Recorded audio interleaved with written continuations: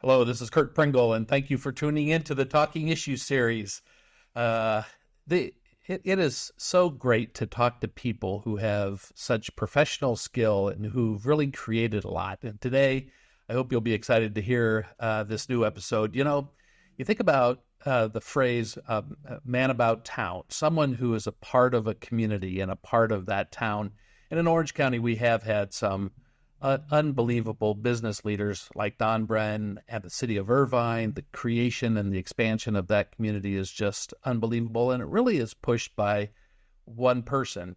But sometimes overlooked is really what happens in the center part of this county. And today we have the pleasure of interviewing one of those people who made improving Santa Ana his commitment and his investment, and using his brain, his talent, his skills to really add so much to a very fine community. And today I want you to get to know Mike Harrah. Mike, thanks for being here. Curt, thank you. I'm honored. I've been looking forward to this meeting because there's so many things to talk about in Orange County, in particular Santa Ana. Been there for like 33 years. Yes. And designed and built a lot of different projects. Currently have around 5 million square feet.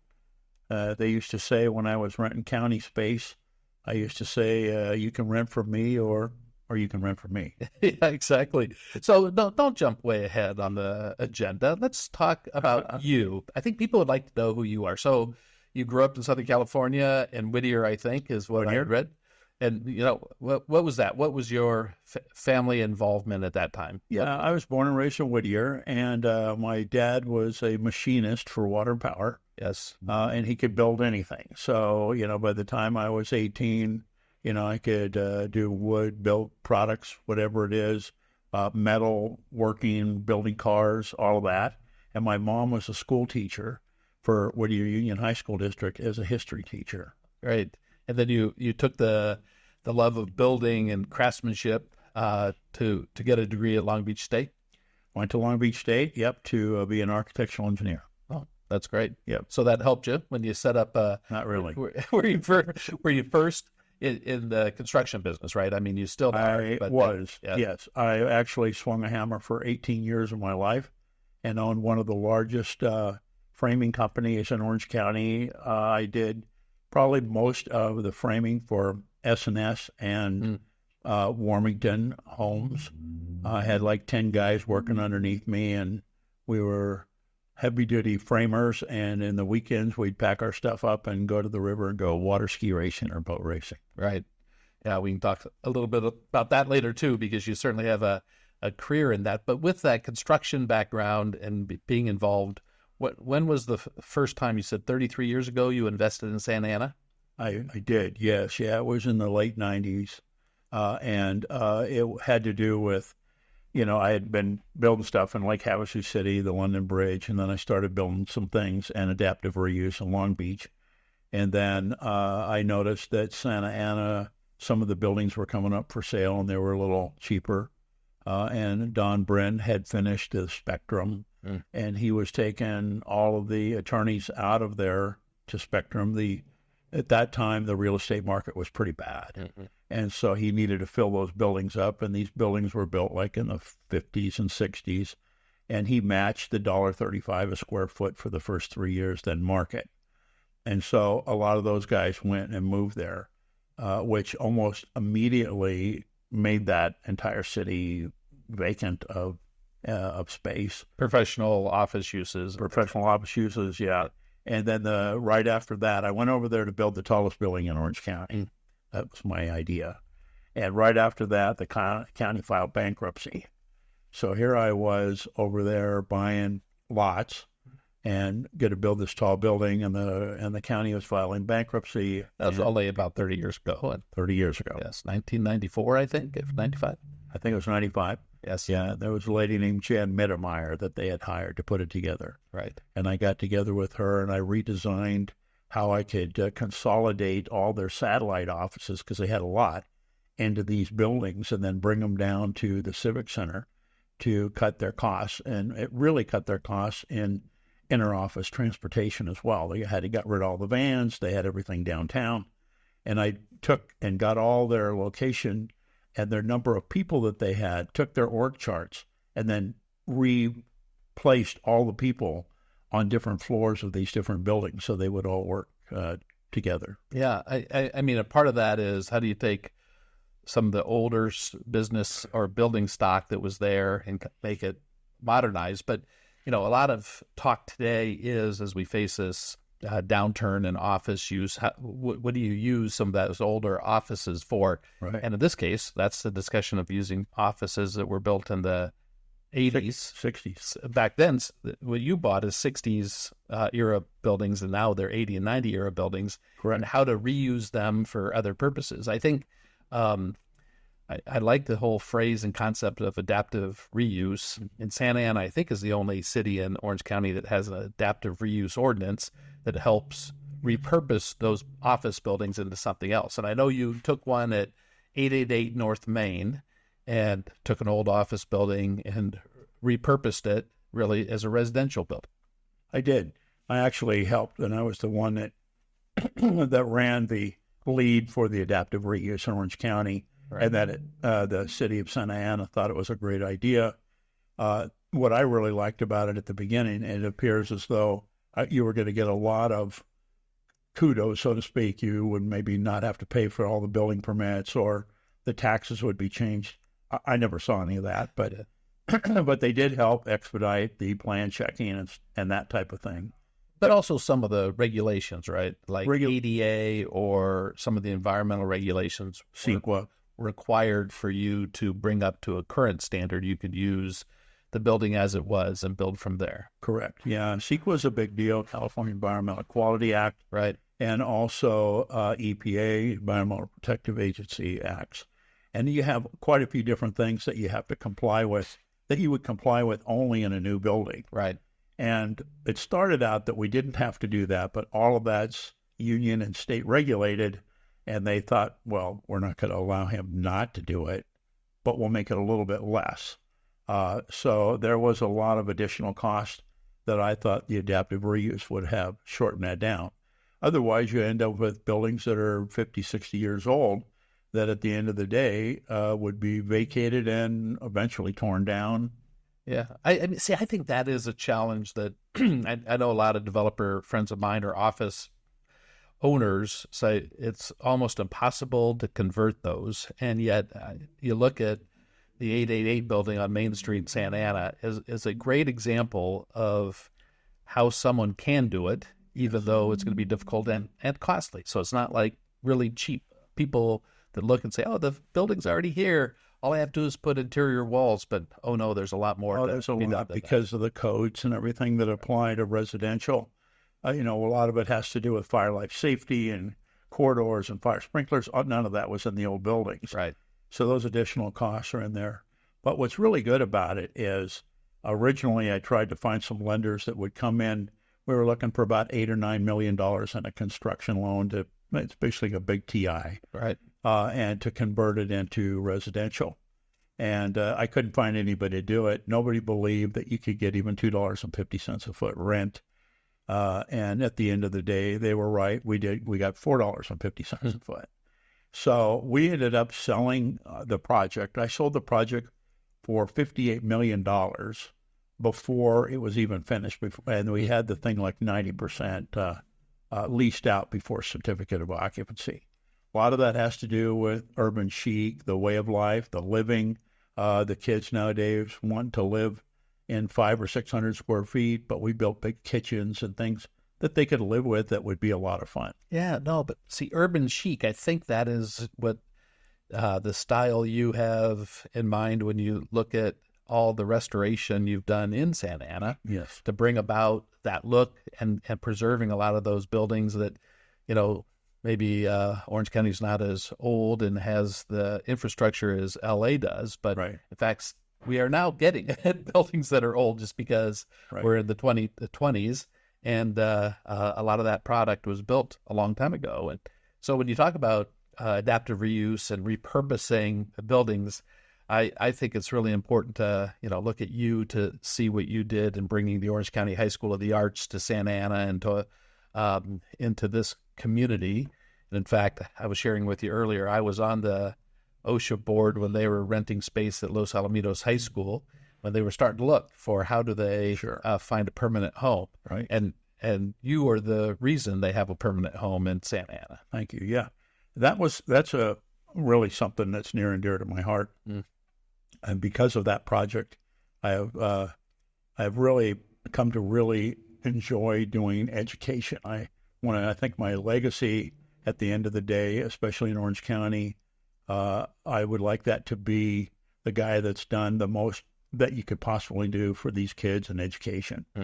So when I first met Ralph Opasek for the Orange County High School of the Arts, they had nowhere to go. They had no money. They had nothing. And I had a bunch of buildings, and we walked it together, and we looked at some different buildings, and he said, yeah, those all look good. And we ended up agreeing to a few of them, and then I repurposed them. We redrew them, and we started construction.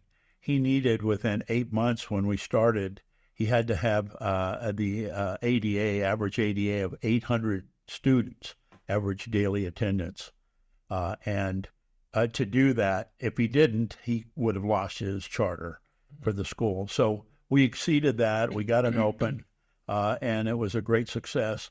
And it's probably one of the most successful arts high school or arts facility in the nation. Yeah, totally. I mean, but I think you're maybe brushing over your involvement in getting the construction loan and using even your own construction company to build that out under school standards. And in California, building school space is a lot more costly and challenging than just building office space or residential space. Yeah, that's known as E-code, educational code. Has a lot to do with areas of refuge, fire life corridors for kids to get in and out of the building under fire conditions.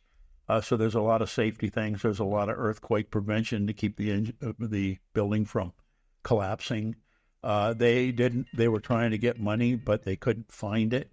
So I ended up actually financing that for them to the tune of about $16 million. Wow. And there's a story. I have a house at Newport, and I was short about $3 or $4 million, and I ended up putting a mortgage on the house to finish the project so he could meet that ADA date. Wow. And it was done within the time structure so that he could open the school for that school year that he made a commitment to. And it's been glorious ever since. Yeah, so what 2000 is when it opened. Right. Now, how many students today? I believe it's like 2,800, 3,000. So within that, I mean, all of a sudden you took that one area, that's on Main Street, right? So one area, the almost furthest north of Main Street and some of that business district, and you've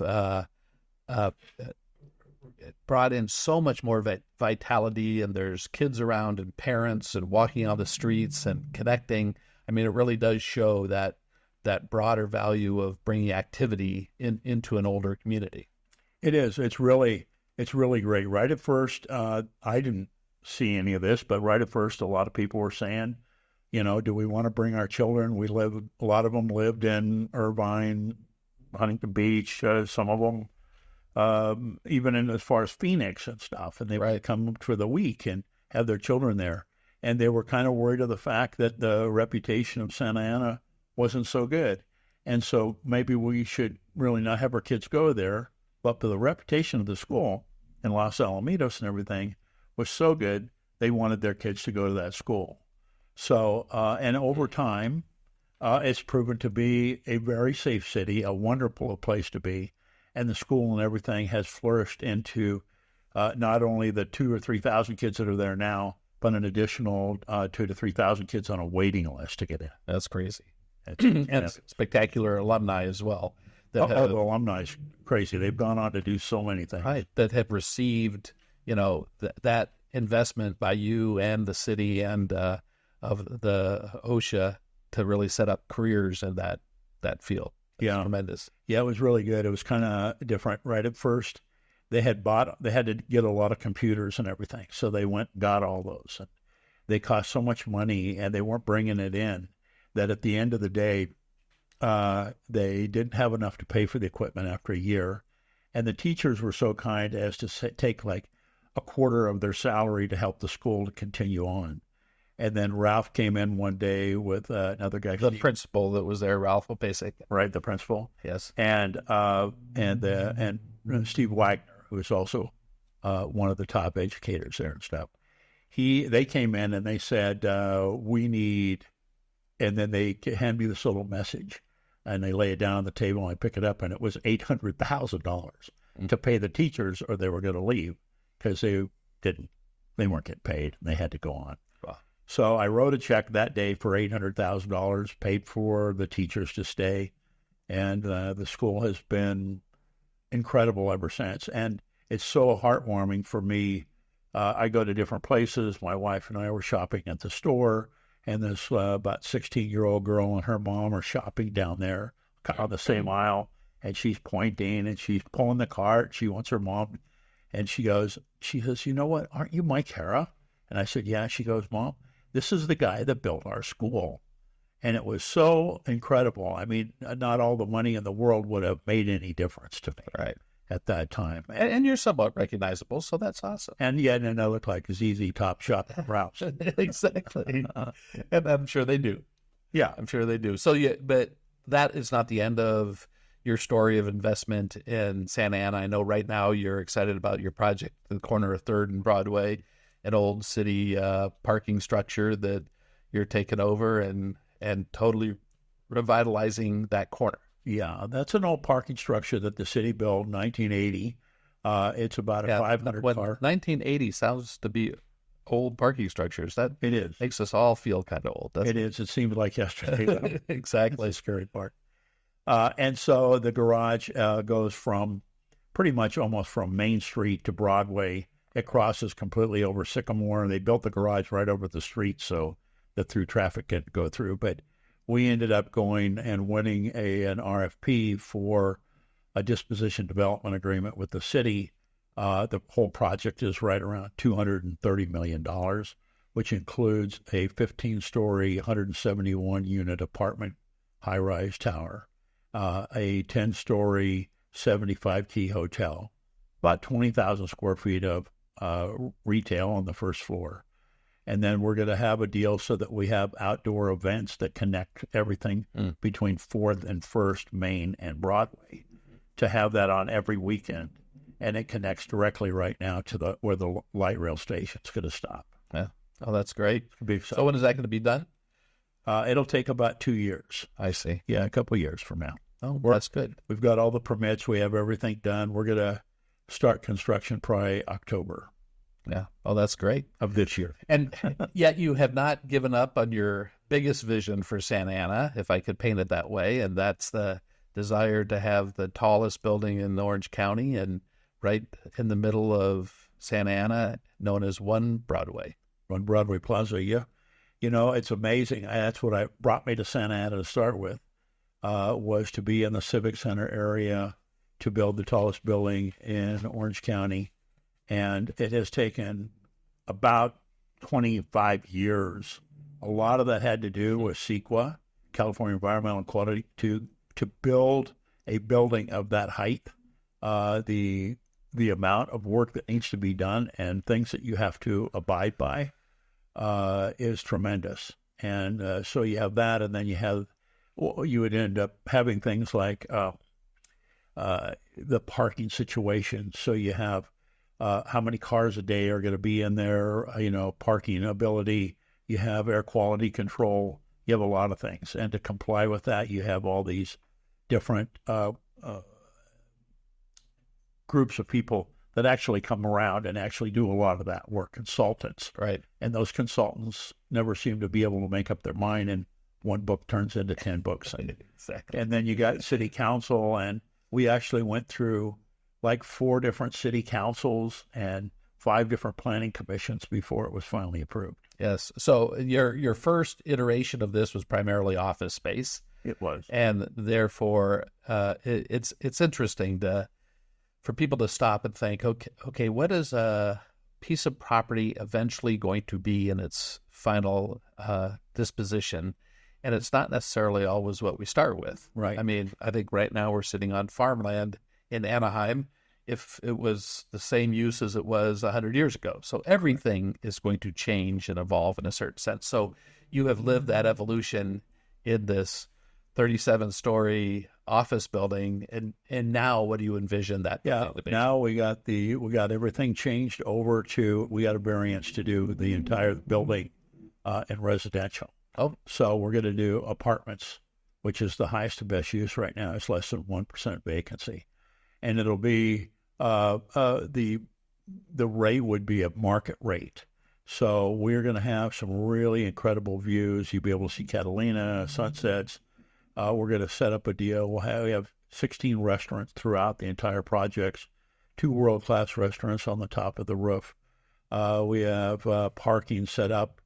We have swimming pools and tennis courts and all that. So, but it's all vertical, right, which is really different than anywhere around. Well, and costly. Yes. Yeah, that's right. Let's do it. I think the big thing is that it's a change for what's being built there. You have a lot of the great things going on, like what you guys are doing here in Anaheim and stuff. I think that's fantastic. And just down the road, we would have this building that would be the tallest building and different things going on. Yeah, I think I'd be able to see it from here too. So you could from your office. Yeah. And I think what's really good about it too is that you will have a diversity that's second to none.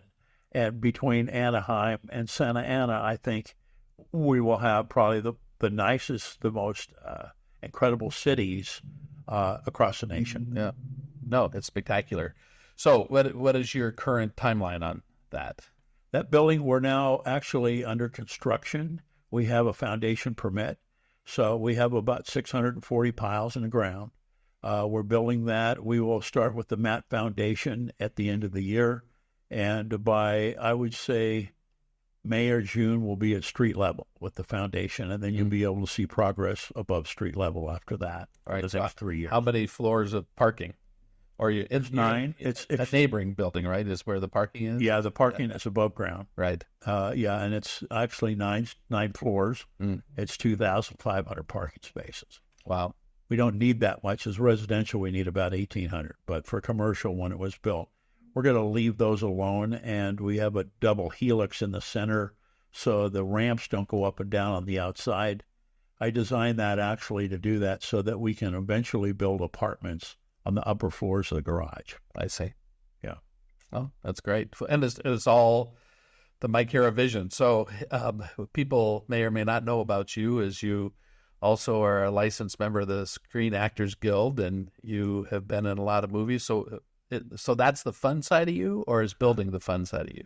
No, I think building's the fun side of me. The serious part, I love flying a lot. I have a license. I fly jet aircraft that we own, and I also have several helicopters. The one you're talking about is a Bell 209, which is a Cobra fighter attack helicopter.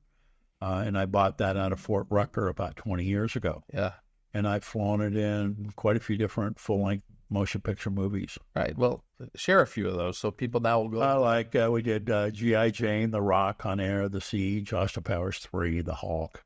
Quite a few different movies like that, and they were really a lot of fun. I mean, it was the fun side of it was flying in it. The worst part is waiting. They'd have me wait there on the set for like 2 days to do a 3-minute shot that was like 7 seconds in the movie. Right. It's just a totally different world. I mean, here is this guy who owns and develops buildings and built out the High School for the Arts, and you're sitting in a Cobra helicopter to run a attack scene somewhere in a movie. That's very interesting. It is. But not all of it is good, right? I mean, I know your story well enough that flying back from one of those movies, you're in one of your helicopters that crashed. Yeah, it was coming back from The Rock. We were flying actually over the Sierra Nevadas in an S-61 and got in a leeward wind shear. It's a big helicopter. And so I had to auto-rotate it to the ground. There's 100-foot trees coming down the side of the mountain and rocks. So I autoed the helicopter as close as I could to the ground. In the last 60, 70 feet, it just dropped to the ground after it hit the trees. Wow. And, it was an amazing thing. All in all, we lived through it, which is amazing. I had a co-pilot, and I broke my back and both legs and my arms, and dislocated my left shoulder. I stuck a rib through my left lung, and I was paraplegic actually for about 10, 11 months by the grace of God. I'm here today. Is that, I know you're a man of faith, so was your faith established at that time, or did you have a strong faith going into that? I had really strong faith prior to, and I think that's probably what helped me a lot. Oh, good. I didn't just pick up the faith and say, I'm going to put a quarter out of this one. Yeah, exactly. So, but the Lord's always been good to me and all the stuff that I've done. I'm so blessed with all the stuff. I started out with nothing, and I'm a self-made guy, and I love doing what I'm doing, and I like doing it in the name of the Lord. Yeah, well, that's wonderful. And your investment in the greater Orange County community, but specifically in Santa Ana, is certainly notable, and people see it and excited for the future of your vision to have this tallest building in Orange County right there for all of us to see. Yeah, it's going to be a lot of fun. It's going to be exciting times the next 2 or 3 years. That's awesome. Well, thanks, Mike, for spending time with me. Thank you. I appreciate it. God bless you.